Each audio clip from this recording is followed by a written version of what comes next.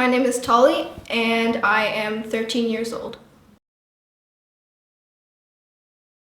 I've been learning drums for 3 years. My favorite thing about learning drums is that I'm able to listen to a song or anything musical and then play whatever beat comes to mind, which might go along with it.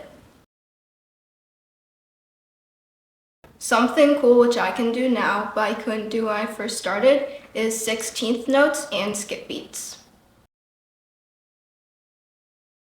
When you first begin to learn drums, I would definitely recommend to always play whatever it is, whatever beat you're playing, slowly so that you can get used to it. And then once you are, you can play it faster or to whatever it is which you need to play it at the right.